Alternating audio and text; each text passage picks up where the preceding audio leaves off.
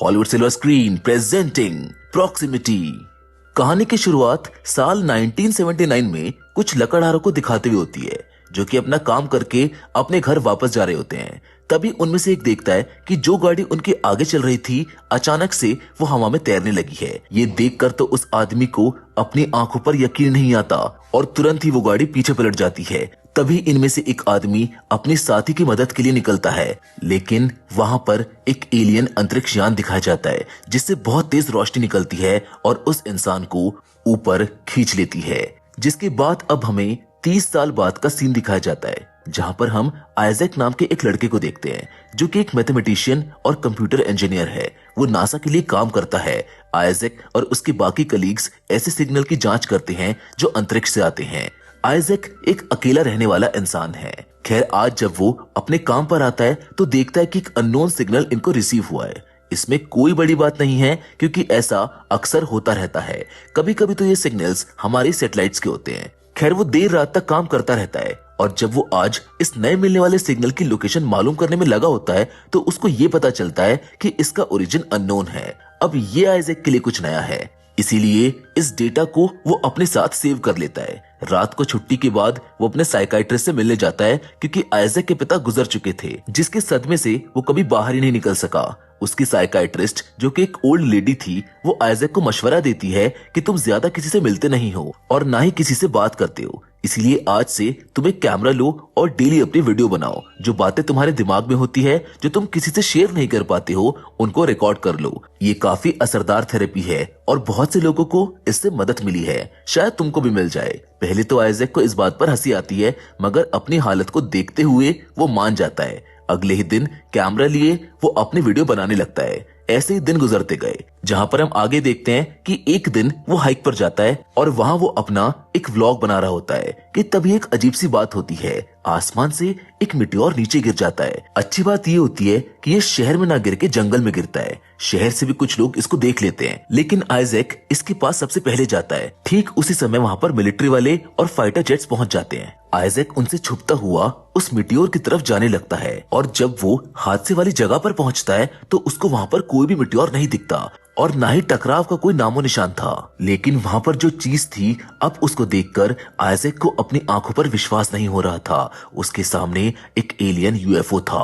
वो उसकी फुटेज लेने की कोशिश करता है मगर देखते ही देखते वो यूएफओ वहां से गायब हो जाता है। तभी आइजैक को एहसास होता है कि शायद उसके पीछे कुछ है और वो जैसे ही मुड़ता है तो उसके पीछे ठीक वैसा ही एलियन खड़ा था जैसा हम इंसानों ने अपने दिमाग में बनाया है।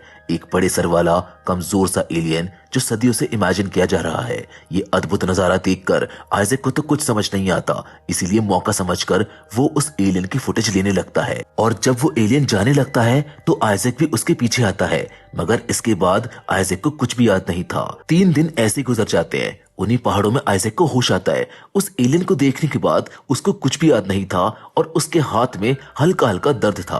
अब जहां पर वो काम करता है वो लोग भी परेशान थे कि आखिर ये बंदा कहाँ गया। उस मिट्योर की खबरें पूरी दुनिया में दिखाई जा रही थी। होश में आते ही आइजैक सबसे पहले अपने कैमरे को चेक करता है कि जो फुटेज उसने ली थी वो सही सलामत है या फिर नहीं। मतलब जो उसने देखा वो बिल्कुल सच था, उसका कोई सपना नहीं था। जिसके बाद वो घर आ जाता है जहां पर उसको कुछ अजीब महसूस होता है। वो अपने टीवी को छूता है तो उसका हाथ उसके आर पार चला जाता है। जब वो गौर से किसी चीज को देखता है तो वो चीज गायब हो जाती है और कुछ ही सेकंड के बाद वो वापस से आ जाती है। आइजैक इस बारे में किसी को नहीं बताता मगर अगले ही दिन वो एक डॉक्टर के पास जाता है जो उसके हाथ की जांच करता है और एक्सरे लेता है, जहां पर वो उसको बताता है कि ये बड़ा अजीब सा केस है। तुम्हारी हड्डी बिल्कुल सीधी काटी गई है और घाव का कोई नामो निशान नहीं है। डॉक्टर कहता है कि मैं इसे अच्छी तरह से स्टडी करके बताऊंगा कि तुम्हारे साथ ऐसा क्या हुआ। जिसके बाद आइजैक सीधा अपने काम पर चला जाता है और अपने कलीग को इस हादसे के बारे में बताता है। ये साबित करने के लिए कि अब उसमें कुछ शक्ति आ गई हैं, वो एक ग्लास को टेबल पर रखता है और अपने दिमागी शक्ति से उसको गायब कर देता है। मगर समस्या ये थी कि वो ग्लास सिर्फ आइजैक के लिए गायब हुआ था, उसके दोस्त के लिए नहीं। ये बात आइजैक को बिल्कुल समझ नहीं आती, इसीलिए वो उस फुटेज को दिखाता है और बताता है कि ये मेरे साथ हुआ और ये बिल्कुल रियल है, कोई मजाक नहीं है। उसका साथी रॉब उसको समझाता है कि तुम इस बात को सीक्रेट ही रखो, मगर आइजैक उसकी एक नहीं सुनता क्योंकि वो दुनिया वालों को दिखाना चाहता था। इसीलिए वो उस फुटेज को इंटरनेट पर अपलोड कर देता है। अगली सुबह जब वो उठता है तो वीडियो लाखों लोग देख चुके होते हैं। कुछ तो एलियंस को मानते हैं, मगर बहुत से लोग इसको बस एक मजाक समझ रहे थे। आइजैक को टीवी चैनल से कॉल आता है, वो उसे एक इंटरव्यू पर बुलाना चाहते थे। आइजैक को बहुत खुशी होती है कि शायद लोग उसका यकीन करेंगे, मगर ऐसा होता नहीं है। लोग अब उसको एक धोखेबाज समझ रहे थे जिसने फेम के लिए एक झूठी वीडियो बनाई थी और लोगों को गुमराह करने के लिए उसमें ये बताया कि एलियन उसको ले गए थे। फिर जब आइजैक उस इंटरव्यू के लिए जाता है तो वहां की होस्ट आइजैक से ऐसे अजीब अजीब सवाल करने लगती है जिससे ये लगता है कि ये सब आइजैक ने बस अटेंशन पाने के लिए किया था। वो पूछती है कि कितनी अजीब बात है ना आइजैक, जब एलियन ने तुमको अबडक्ट किया तब तुम्हारे पास कैमरा भी था। आइजैक समझाने की कोशिश करता है कि असल में उसके साइकियाट्रिस्ट ने ऐसा करने को कहा था, मगर आइजैक पर कोई भी विश्वास नहीं करता। घर आने के बाद वो बहुत परेशान था क्योंकि इंटरनेट पर उसको काफी ट्रोल किया जा रहा था। वो चाहता था कि कोई उसकी बात पर विश्वास करे, उसकी मदद करे। इसीलिए अब वो ऐसे लोगों को ढूंढने लगा जो ये दावा करते हैं कि उनको एलियन ले गए थे। और उसको एक लड़की मिलती है जिसका नाम सैरा होता है। वो उससे मिलने की रिक्वेस्ट करता है जिस पर वो मान जाती है। दोनों एक रेस्टोरेंट में मिलने वाले थे। अब उसके आने से पहले भी आइजैक को ऐसा ही लग रहा था जैसे वो अपने दिमागी शक्ति से चीजों को हवा में उड़ा सकता था। कुछ देर बाद सैरा वहां पर आती है जो काफी नर्वस लग रही थी। सैरा अपने अबडक्शन के बारे में ज्यादा खुलकर बात नहीं कर रही थी, इसीलिए आइजैक ने उसको सारी बात बता दी और ऐसे सबूत दिखाए कि एलियन आज से नहीं बल्कि कई सौ सालों से हमारे ऊपर नजर रख रहे हैं। सैरा उसकी बात सुनती है और उसको विश्वास भी होता है। फिर वो वहां से चली जाती है, जिसके बाद हमें कनाडा के जंगलों का सीन दिखाया जाता है जहाँ पर कार्ल नाम का एक बूढ़ा आदमी है। वो बहुत से इंस्ट्रूमेंट्स का इस्तेमाल करके सिग्नल को डिटेक्ट कर रहा होता है। कार्ल ही वो आदमी है जिसे आज से 30 साल पहले एलियन ले गए थे और तब से लेकर आज तक वो भी एलियंस को ढूंढने में लगा हुआ है। दूसरी ओर कैलिफोर्निया में आइजैक को सारा का कॉल आता है। सारा उसको बताती है कि हमारे सारे सवालों के जवाब सिर्फ एक इंसान के पास हो सकते हैं। आज से 30 साल पहले अलास्का में एक इंसिडेंट हुआ था। कार्ल नाम के एक आदमी ने एलियन अबडक्शन का दावा किया था, मगर फिर वो गायब हो गया। उसकी बातों को दुनिया वाले इसलिए सच मानते हैं क्योंकि उसके 3 लाई डिटेक्टर टेस्ट हुए थे जिनमें वो सही साबित हुआ। जिसके बाद ये दोनों उस आदमी से मिलने का प्लान बनाते हैं। आइजैक अपने फुटेज के बहुत सारी कॉपीज बना देता है और अलग अलग जगहों पर भेज देता है जिससे शायद इन्हें कार्ल का पता चल सके।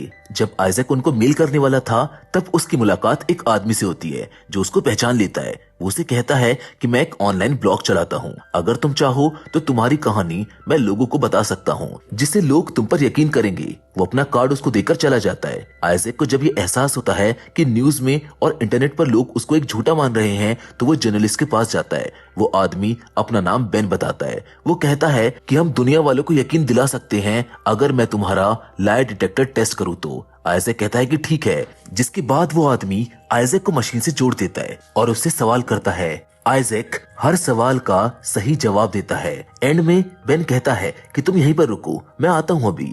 और तभी 2 एजेंट आइजैक को पकड़ने आते हैं। आइजैक भागने की कोशिश करता है, मगर उन लोगों के पास अजीब सी लेजर गन थी जिससे वो आइजैक को बेहोश कर देते हैं। आइजैक को अब जब होश आता है तो वो खुद को एक सीक्रेट फैसिलिटी में पाता है। अजीब से सूट पहने 2 लोगों ने उसको पकड़ा हुआ था।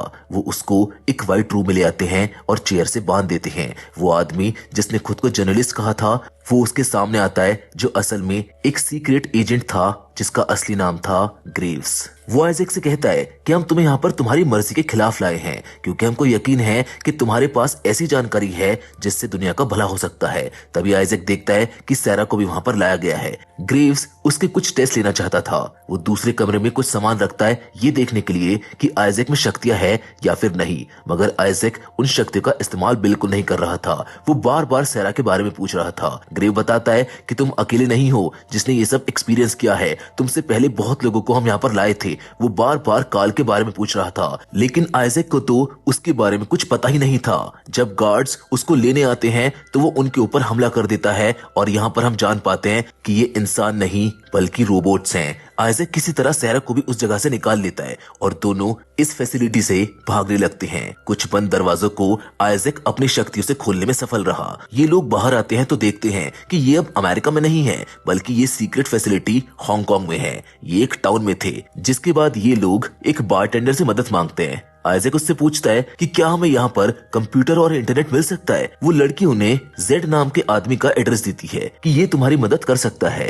10 किलोमीटर जाने के बाद इनको जेड मिलता है। वो आइजैक से नाम पूछता है। असली नाम बताने पर वो उसकी मदद के लिए तैयार हो जाता है, लेकिन तभी उस फैसिलिटी के रोबोट्स इनको पकड़ने आ जाते हैं। जेड इनके बारे में जानता था, इसीलिए वो सैरा और आइजैक की मदद करता है और उन्हें अपनी सीक्रेट लोकेशन पर ले जाता है, जिसको ट्रैक करना नामुमकिन था। आइजैक जेड से कहता है कि हमें यहाँ पर जबरदस्ती लाया गया है। खैर बाद में दोनों मिलकर काल की लोकेशन मालूम करते हैं, जो कि ब्रिटिश कोलंबिया कनाडा में था। उसका केबिन आबादी से बहुत दूर था, जिसका कंप्यूटर हैक करके आइजैक उससे बात कर पाता है। कुछ दिन पहले आइजैक को जो सिग्नल रिसीव हुए थे, जिसको वो नॉर्मल समझ रहा था, असल में वो इन एलियंस के सिग्नल थे। काल को वो बताता है कि मुझको एक सिग्नल रिसीव हुआ था, जिस पर काल उसे कहता है कि वो सिग्नल मुझको भेजो, क्योंकि सिर्फ काल ही इकलौता इंसान था जो इन एलियंस की भाषा को ट्रांसलेट कर पाता था। आइजैक वो सिग्नल उसको भेजता है, मगर इसके बाद काल अपने कंप्यूटर को ऑफ कर देता है और इन लोगों का संपर्क टूट जाता है। अब अगर इन्हें जवाब चाहिए तो इन्हें मिलना होगा काल से।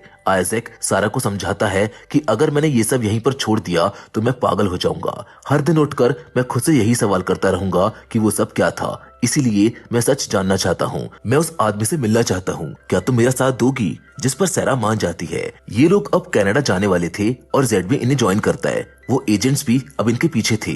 अब अलग अलग रास्तों से ये कनाडा जाने लगते हैं, कहीं प्लेन तो कभी पोर्ट से, ताकि पकड़े न जाए। इस सफर में आइजैक और सैरा के बीच गहरी दोस्ती भी हो जाती है और जेड को तो बस अपनी क्यूरियोसिटी यहाँ पर लाई थी। एक दिन जब ये ट्रेन में सफर कर रहे होते हैं तो वो दोनों रोबोट्स इन्हें पकड़ने आते हैं। ये लोग उनको चकमा देने की कोशिश करते हैं, मगर फिर भी ये रोबोट्स उनको पहचान लेते हैं, जिसके बाद अपनी जान बचाने के लिए ये उन रोबोट्स को ट्रेन से नीचे फेंक देते हैं। फाइनली ये लोग ब्रिटिश कोलंबिया पहुंच जाते हैं। सब एक वैन में लोकेशन पर जाते हैं, जो इनके हिसाब से काल का ठिकाना हो सकता है। कुछ घंटों के बाद ये एक जंगल में पहुंच गए और सामने ही एक केबिन था। तभी काल गन लिए बाहर आता है, मगर आइजैक उसको बता देता है कि मेरा नाम आइजैक है, वो एलियन सिग्नल मैंने ही तुमको भेजा था। जिसके बाद वो एक मशीन हाथ में लिए इनके ट्रैकिंग डिवाइसेस को बंद कर देता है और कहता है कि ये ट्रैकिंग डिवाइसेस एजेंट्स ने नहीं लगाए हैं, ये ट्रैकिंग डिवाइसेस उन एलियंस ने लगाए हैं। फिर वो इन लोगों को अंदर आने देता है और बताता है कि तुम लोगों ने जो सिग्नल भेजा था वो मैंने डिकोड कर दिया है। उसके हिसाब से एलियंस अगले 5 दिनों में फिर से हमारे साथ संपर्क करेंगे। कैसे ये नहीं पता, मगर उसमें यही लिखा था। ये लोग काल और उसकी मशीनों के बारे में काफी कुछ जान लेते हैं। काल के हिसाब से वो दुश्मन नहीं है, शायद उनके आने का मकसद कुछ और है, जिसको वो शायद आज तक जान नहीं पाए। वो अपने अबडक्शन की कहानी भी इनको सुनाता है। 2 दिन के बाद जब आइजैक को कुछ फील हुआ तो वो जंगल की तरफ भाग जाता है और वहाँ उसका सामना होता है उसी एलियन से। इस बार आइजैक इतना डरा हुआ नहीं था। वो उससे पूछता है कि आखिर तुम हमसे क्या चाहते हो, जहाँ से अचानक से सीन शिफ्ट होता है और हमको काल का घर दिखाया जाता है, जहाँ पर 2 एलियंस और ये लोग एक कमरे में बैठे हुए थे। टेबल पर एक मशीन पड़ी थी जो इन्हें एलियंस की भाषा ट्रांसलेट कर रही थी। एलियन बताता है कि हमारी सभ्यता इंसानों से काफी आगे है, हम इस यूनिवर्स की शुरुआत के सबूत ढूंढ रहे हैं, मगर वो आज तक हमको नहीं मिले, क्योंकि हमने एक ऐसे इंसान का डीएनए लिया जिससे हमें यूनिवर्स का राज मालूम हो सकता है। वो आइजैक को एक विजन दिखाता है। उस विजन में वो जीसस क्राइस्ट को देखते हैं। असल में वो जीसस के डीएनए की तलाश में आए थे। फिर सैरा पूछती है कि हमारे हाथों में दर्द क्यों होता है, जिस पर वो एलियन बताता है कि हमने इसमें ट्रैकिंग डिवाइस रखा है। अब एक आधुनिक एलियन मशीन की मदद से वो सैरा के हाथ से उस ट्रैकिंग डिवाइस को निकाल लेते हैं। सैरा का हाथ अलग हो जाता है, मगर उसको दर्द महसूस नहीं होता। इतने में ही एजेंट ग्रेव्स अपनी सेना लिए वहाँ पर पहुंच जाता है। असल में उसकी और काल की दुश्मनी पुरानी थी। काल इनको रोकने बाहर आता है, मगर उसको शूट कर दिया जाता है। एलियन आइजैक के हाथ से उस ट्रैकिंग डिवाइस को निकाल लेता है और फिर उसको कहता है कि अपनी शक्ति का इस्तेमाल करके वो बड़ी आसानी से यहाँ से निकल सकता है। इसीलिए जब वो अब अपने दिमाग पर जोर डालता है तो वो खुद को और अपने साथियों को अदृश्य कर देता है। एजेंट्स उसको देख नहीं पाते। एलियन काल को जिंदा कर देते हैं, जबकि अंत में एजेंट ग्रेव्स देखता है कि वो एलियन अंतरिक्षयान पृथ्वी से चला गया है। कुछ महीने बाद हमें ये दिखाया जाता है कि आइजैक और सैरा एक साथ रहने लगे हैं, जो काफी खुश हैं, और जेड और काल एक स्पेस कंपनी के लिए काम कर रहे हैं, जिसके साथ ये फिल्म यहीं पर खत्म हो जाती है। हम उम्मीद करते हैं कि ये बेहतरीन साइंस फिक्शन आपको पसंद आई होगी। बाकी फिलहाल तो आज की वीडियो में बस इतना ही, लेकिन हम फिर से जरूर मिलेंगे, और वो भी एक और नई इंटरेस्टिंग कहानी के साथ। लेकिन तब तक के लिए धन्यवाद।